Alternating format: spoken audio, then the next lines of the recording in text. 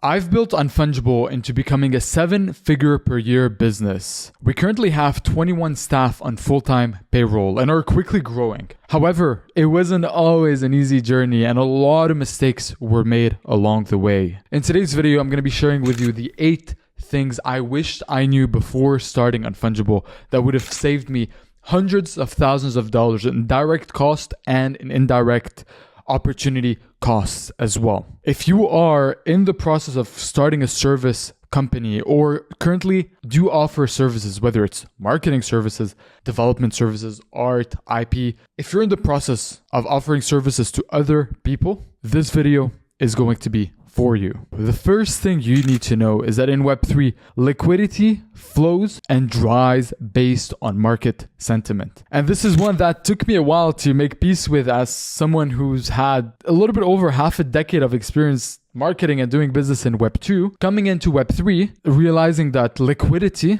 has the potential to dry up overnight based on how market sentiment moves. In 2024, last year, my team and I were very quickly scaling an offer that had direct product market fit. It just connected. Everything worked incredibly well, from the marketing to the delivery, to the execution, to the lifetime value. It was a great product that we all of a sudden had product market fit on. The product was started in Q4 2023, and throughout Q1 and Q2, I was very quickly scaling my team to deliver more of this product. And the market was hot. And overnight, what ended up happening during the summertime, business overnight started drying out. What was a record month, the month after became less of a record, and the month after less of a record. And then all of a sudden it's like, guys, what is happening over here? And I remember having long discussions with my team and bringing in a business mentor during that time. And although we knew why, a big part of why business has been affected like that was because of the market, we knew that there was something we could have always done. And there was one thing that my business mentor told me that still is a philosophy we live by at Unfungible is, sure, even if the market had an impact on your business, what are the variables you have control over that will help you navigate this market? Regardless if it is true or not, what can you do to get better? That being, improve your marketing, improve your sales, improve your product delivery, improve your word of mouth, keep clients longer. And that period of time where things dried up during the summertime was really a point where we were able to, re-architect the business to make it better.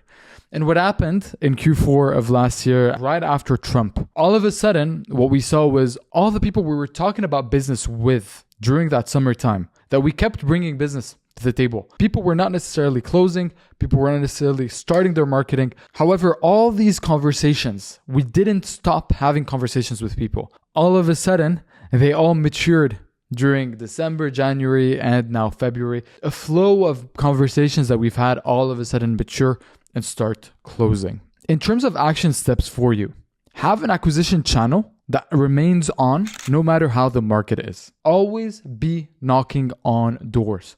Always be having conversations with people. Always be bringing people into your funnel no matter how market sentiment is. The easy thing for a lot of people to do is to close shop, take a break when the liquidity starts drying up. However, the goal is to use that drier liquidity period of time to create conversations, because here's what I'm going to tell you. When projects start launching, it's already too late for you. You want to catch people before they start launching for them to choose you as their service provider of choice. Try to catch people before their sprint as they are warming up. And this brings me to the second thing I wish I knew as a Web3 agency, which is it is not about what you do, but who you've worked with. Most agency founders in Web3 think that their growth is going to be linear. However, it won't be. Instead, the growth is going to look a lot more like sets of stairs that you're going to be taking one after the other. And these big jumps right here typically coincides with big case studies that you have worked on or unlocked throughout the process. A great example is that just last week, I got a message from top 10 NFT founders in the space, sent me a message. We're in good contact. He's like, Leon, by the way, I didn't know you guys offered services. I saw you worked with these guys. What can you do for me? A lot of times founders in Web3 have no blueprint that they're following. It's not like in Web2 where the blueprint is already established. You need an acquisition funnel, then you need email retargeting, and you need high performance ads. No. A lot of Web3, the blueprint for building products in Web3 is being written as we speak. So founders are trying a lot of different things and they are open to suggestions. So a big way of landing bigger clients is by working with big people, because then you can use these case studies as leverage. If I am to look back at my journey with Unfungible, it took us a good year and a half to have our first big case study, which in summer of 2023, it was actually working with Chimpers. So with Chimpers, my business partner and I, Kermit, we had so far a year and a half, 2 years of brand building in the space. We were positioned as content creators. And what happened is we got in contact with Chimpers, who we ended up a very well-established NFT project. We ended up working with them on a creator workshop for the Chimpers community. The success of that workshop was over the moon. I made a video about that specific case study. You can watch it on my YouTube channel. But in terms of case study, in terms of brand recognition and brand building that this created for us, incredible. And what happened next is all of a sudden, a lot of projects that were in the same category as Chimpers, all of a sudden wanted to find ways to do something similar, get the same results that Chimpers got. So this allowed us to unlock a new market segment. Another big step was early 2024 when we had Persona, a project we assist on, become the biggest NFT mint of 2024. That became a huge case study. Into 2024, we started working with a lot of big brands, including brands like Forbes, Web3. That all of a sudden became leverage. Is like now we're working with people like Forbes, assisting them on community building. It's like, okay, now we can unlock a new segment of buyer persona. And it's this combination. Like I would say right now with Unfungible, we've probably had so far 5 or 6 big steps. So what can you take away from this as a service provider? Now that I know this, one of the things I wished I started doing a little bit earlier, which would have really accelerated my first step and therefore second, third, and fourth, is get these big case studies. And oftentimes, when you're nobody, you'll have to prove yourself. So don't hesitate to work for free, especially at the beginning. A good case study could be worth tens of thousands of dollars for you, a lot more than what you have the potential to charge. So no matter what niche you are, no matter what industry or service you are providing, you want your first case study, you want your first bullet point on your resume. So don't hesitate working for free in exchange for a good case study. And this brings me to my third point. My third recommendation for service providers is you need to become prolific at creating case studies. I have a rule at Unfungible that we all implement within the team, which is when people ask us a question, don't tell them what we can do or what we can't do. Instead, show them. Pull out one of the case studies for a brand that looks like them and show them like, hey, I can't promise you anything, but I can show you examples of other brands that look like you are in the same stages where you are. Here's how we've helped them. Feel free to use that as a reference. Don't tell, show people. And oh man, I've seen this so many times. Great agencies with great results work with big brands, but all of a sudden they do not do a great job at using these case studies as marketing collateral. They do not turn that into marketing material for them to continue growing. The same analogy as if a tree fell and no one heard it, did it really fall? If we worked with Chimpers, for example, and we never made a case study about it and made a video that got us all these impressions and all this brand building and recognition, would it have even happened? So internally, what you want to start becoming great at is you want to become prolific at case study creation. And this was one that was shared by me by my business mentor, which is you want to become great at creating what is called leadership-based follow-ups. So there's the regular follow-ups, which is, hey, name, did you get the chance to take a look at the material that I sent you? Hey, name, just bumping you here. Name, question mark. These are all regular bumps. I wouldn't even call them follow-up. You're just bumping people. Leadership-based follow-ups is where you are just leading with value. That's why I'm so big on content, because content in and of itself is a great leadership-based follow-up. People might have seen you once, twice, they hop on a call with you, they see what you're doing. It's like, okay, cool, perfect. Let me consider this. The market might not be hot, or launch might be in 7 months. No problem. Leadership-based follow-up is like me sliding back into your DMs and being like, hey, John, I know you guys are building a Web3 game. We actually recently worked with these guys. They were also a Web3 game. They did one thing that was super successful, and I thought I'll share it with you because that might be helpful to you. Boom.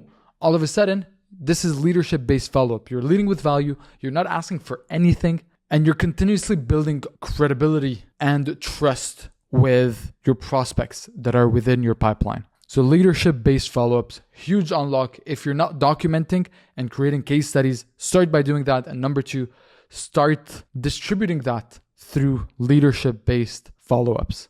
Number 4 thing that now I know how important it is, but I didn't think it was this big, is that how much the reputation that you have precedes you. Web3 is small, especially once you break into a certain segment of the marketplace. Let's say you're selling to established builders, established team in an industry, in a niche, whether it's AI agents, Web3 gaming, on Abstract, on Solana, everyone knows each other. Every single person knows each other. And people are going to ask about their experience having worked with you. Read you this one message that I took a screenshot of in preparation for this video. So for example, just this week, we got this message from one of the teams we were in talk with. It's like, GM, AK, we're ready to move forward. Can you please send over the contract? Also, I interviewed the Grid team recently and you come highly recommended. Jay says hi.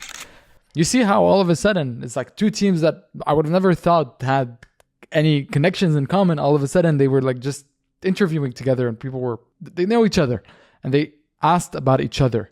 So your reputation in the space precedes you.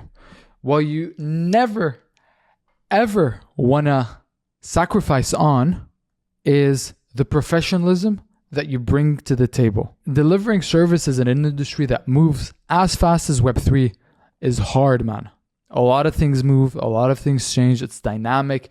Timelines, a lot of things don't work. Some things work. But out of all the clients that we work with, every single survey that we send to them, there's a similarity which says people love the professionalism that we bring to the table. People love how attentive we are to them. Their experience with us, we try to make it as good as possible for them. Imagine I made my COO and myself read the book, The New Gold Standard, which was written about the service industry, the service that Ritz-Carlton offers to its customers. Do you know that the customer service at Apple was actually trained by Ritz-Carlton? This book is about the Ritz-Carlton way of serving their clients. I had my business partner and we both read this book and we made sure to implement that within our experience with clients. As you work with people, the easiest way to lose all brand reputation and brand credibility is by lacking professionalism. Make that your number 1 policy and see positive word of mouth all of a sudden start leading to clients just coming to you and knocking at your door. The 5th thing you want to have as part of your Web3 agency is you want to have your unique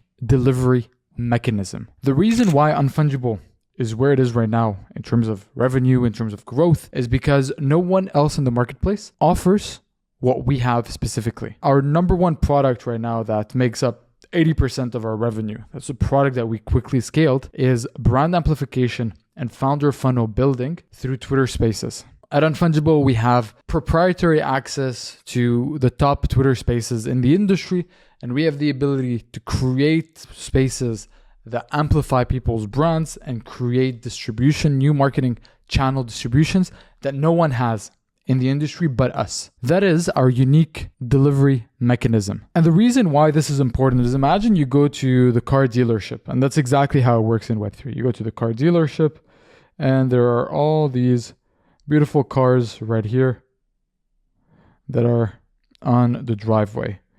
All of a sudden, as you go there, a beautiful car right here. As you go there, all of a sudden, you're going to want to choose out of these many options. So all of a sudden, it becomes a race to which one is the cheapest, which one's the fastest, which one's you all of a sudden start competing on commoditized features within your industry. Well, if all of a sudden people go to another dealership and that one dealership has the only Tesla Cybertruck, as an example, in the country, all of a sudden it's like, you either buy it from us, or if you want another Cybertruck, I can't help you. I don't know where you can find that. And that's the point you want to get to. Competing on commoditized features and offerings is a death blow. Good friends of mine recently started an agency in Web3. They're actually closing it after a couple months because they were telling me it's like we were competing against these other guys that were already established and they kept being able to undercut our prices. And people were going to these two brands. In Web3, because of the industry that we're in, everyone knows each other. If you offer marketing services for Web3 games, there are a dozen of agencies that do that. And projects are going to go knock on the doors of these dozen agencies. And oftentimes, they all look the same. Many have the same case studies. Who wins is typically the cheapest because it's the safest. It's like, oh, if it didn't work, we'll go to the next in line and then the next in line and then the next in line. But when you have your unique delivery mechanism, all of a sudden the market does not know how to price you. So you all of a sudden have the ability to charge what you think your product is worth in terms of service delivery, but also your closing rate is going to be a lot higher because you're not competing with anyone else on the marketplace. I remember one of the friends that I recently spoke with him during Christmas time this December. We had a call together and he actually owns a Web3 marketing agency for Web3 games. And one of the things he recently unlocked as a marketing channel is CoinMarketCap. So if you don't know, CoinMarketCap is the #1 most visited website in the crypto space. It's where you see the prices of all the coins. And the people who visit the website are high intent buyers. It's people, it's like, ooh, this new coin dropped. Let me go check it out on CoinMarketCap. What this guy was able to do is he was able to unlock CoinMarketCap as a marketing and distribution channel for his business. He had a couple viral posts on his personal brand. And in Web3, attention is king. So all of a sudden, you have the ability to move market sentiment when you have people's attention. You can start getting certain projects or certain tickers in conversation or in front of people's eyes when they would have never been there had that marketing channel not been unlocked. So he looks at me, we were talking and he tells me, Leon, we have this and I'm unsure what I should do, if I should go all in on this or if I should continue building our marketing agency, which is doing well, but nowhere where I want it to be. I looked at him, I was like, bro, you have a channel that no one I know is currently marketing on. And based on logic, this channel should get results, should help projects get more volume on their coin, more eyeballs on their project. I was like, man, this is like your golden opportunity to break out from competition and build something great. And he came back to me a couple of weeks after. He was like, Leon, I took your advice and we're going all in on this one marketing channel. And he actually sent me a couple of his posts that he made on there, millions of views. This right here is an example of a proprietary delivery mechanism. No one can compete with him. It's a blue ocean for him. And one of the ways I would take to really know if you're unsure what your unique delivery mechanism is, I would speak with my clients, or I would speak with people that aren't my clients necessarily, but I would just go and tell them like, hey, what are your biggest challenges? And the goal is you want to read between the lines. People are often going to give you very big blanket answers. It's like, oh, I want to sell out, or I want 200,000 daily active users. It's like, okay, cool. What have you been doing to get these 200,000 daily active users? Oh, we've tried to do some influencer marketing, but it didn't really work. Why didn't it work? We were having trouble tracking the performance of the influencers. Why? Well, it's hard to attribute a direct each influencers with that. It's like, interesting. Okay. So maybe if that's the path you want to take, you can all of a sudden create a marketing tool that attributes ROAS on marketing campaigns, which there's a tool called Cookie3 that built its business on that. That's an example how Cookie3 positions itself in a blue ocean, and there's no other tool that does what it does. So I would speak with my customers. Trust me, there are a lot more blue oceans than there are red oceans. Everyone's competing on the same few market offerings. It's like, I'll just do the go-to market for you. But there's a lot of new opening categories in the Web3 space. I often talk about this on my X. And by the way, if you don't follow me at @LeonAboud_, if you want my up-to-date insight as they come to me, the market as it's evolving is getting more and more fragmented. 4 years ago, we only had the top projects on Ethereum. So you had the #1 NFT collection, and then you had the #1 meme coin on Ethereum, and then you had the #1 marketplace, OpenSea, and then you had the #1 decentralized exchange. Beautiful. But then as the market started to evolve, we all of a sudden had Ethereum and Solana.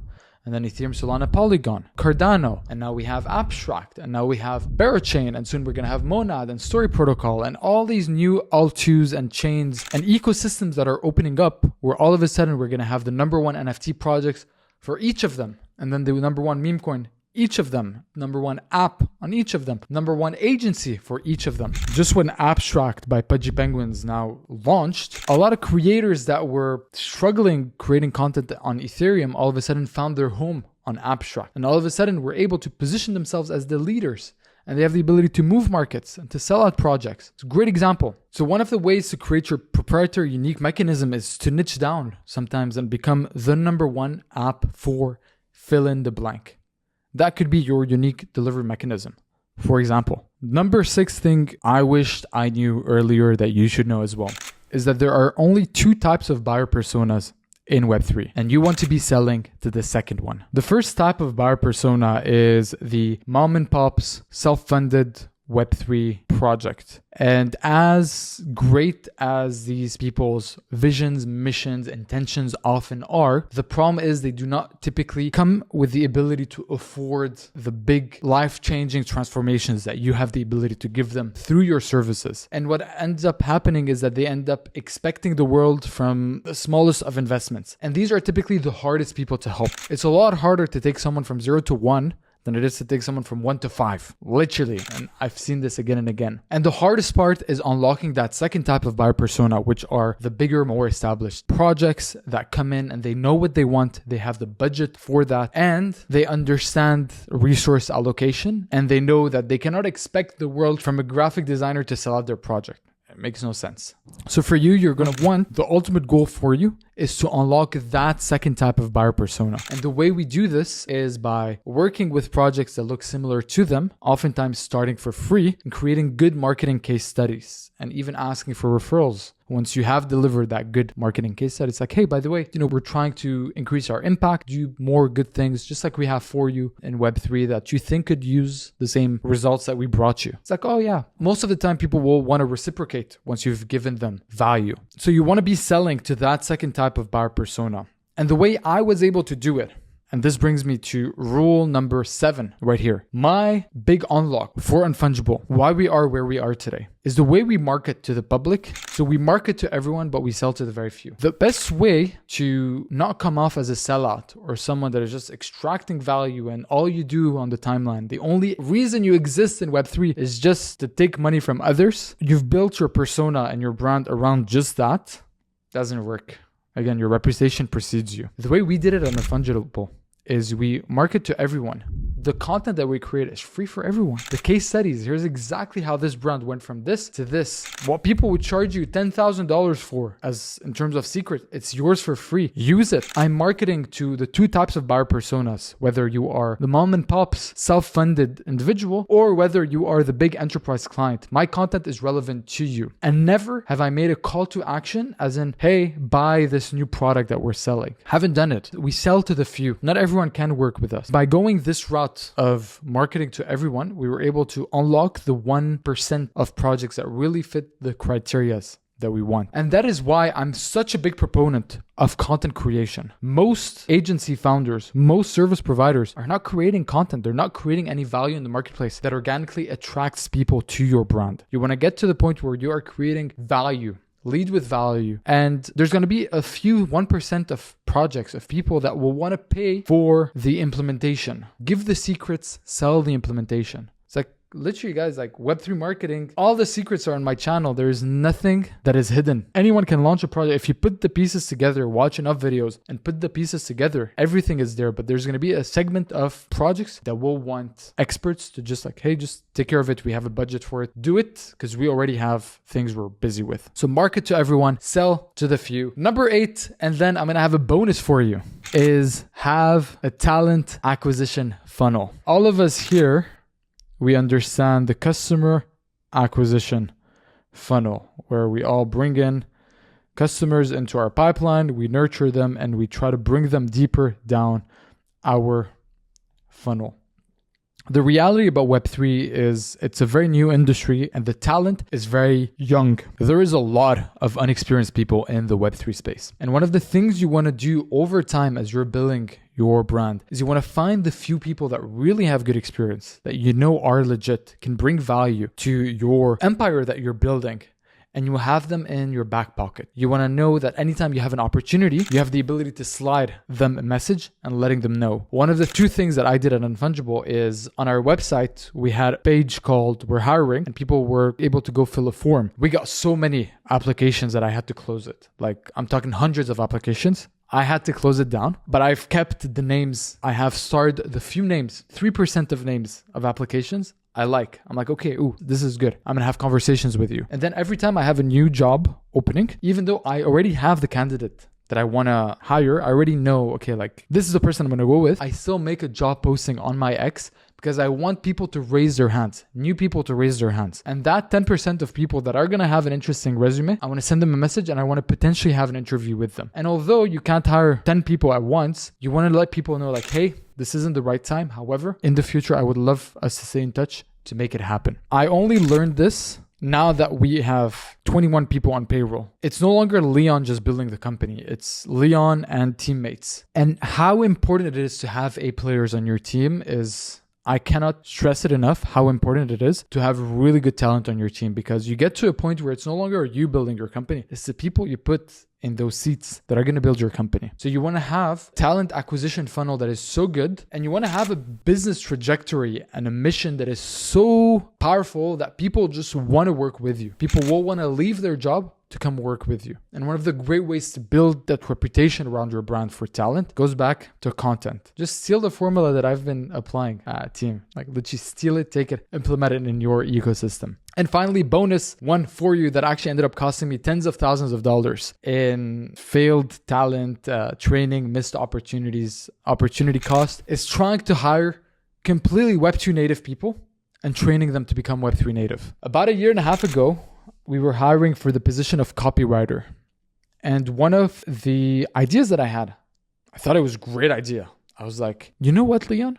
You have Web2 marketing experience. All the great marketing copywriters, these guys are in Web2. So what if I was able to create a system where I could take someone that is Web2 native, turn them into a Web3 native savvy person in 30 days. All of a sudden, I would have access to the best talent in the world without having to go through a lot of the unqualified talent that exists in Web3. Lo and behold, we did exactly this. We put out a job application. I remember I got hundreds of applicants. It was a very stringent job application process. People had to send a video. We did 4 rounds of interview. The first round of interview being group calls. We just wanted to filter by culture fit. And then it was one-on-one 3 times. And we gave people assignments. Like, it was very stringent. Then we found our copywriter. We created, as we were hiring, we created hours of content to turn someone that is not Web3 native into someone that is Web3 native. So here are all the big players in Web3. Here are all the keywords. Here's the lingo that you need to know. Here's the history. Here are all the major milestones that you know, the cultural things that shaped Web3 into what it is today in terms of the big launches, the big failures, the big players. Actually, a Web3 encyclopedia. I was so optimistic about this. That person ends up going through training. 3 weeks after, they complete training, and now it was time for them to start working, start doing work. 1 week after, I get a message from that person, sends me a message. He's like, hey, Leon, I need to talk to you. Give him a call. He's like, Leon, I really appreciate everything you guys have done to me. The experience has nothing been but positive. However, I do not see myself working in this industry. I just couldn't connect with it. And that right here was a wake-up call. I was like, ooh, interesting. Web3 is more than just knowledge and education and just understanding. It takes someone to love Web3, to resonate with Web3, to become part of the Web3 culture for them to want to work in this industry. And the reality is not everyone can resonate with that. So that was my big mistake of hiring someone that was complete Web2, bringing them into my Web3 environment. Didn't connect even from the work they did do. It just didn't sound well. Maybe we could have persevered and continued. However, now my philosophy is only hire people that are already sold on Web3. They're already sold on the vehicle, on the journey that we're in. They just have to choose us as the ship they want to bet on. So this right here, ladies and gentlemen, are the tips that I would give you before starting a Web3 agency. My name is Leon Aboud. It was a great pleasure sharing this time together. If we're not connected on X, make sure you follow me at Leon Aboud and send me a message letting me know you came from YouTube. Always love connecting with fellow YouTube watchers. See you soon. Peace.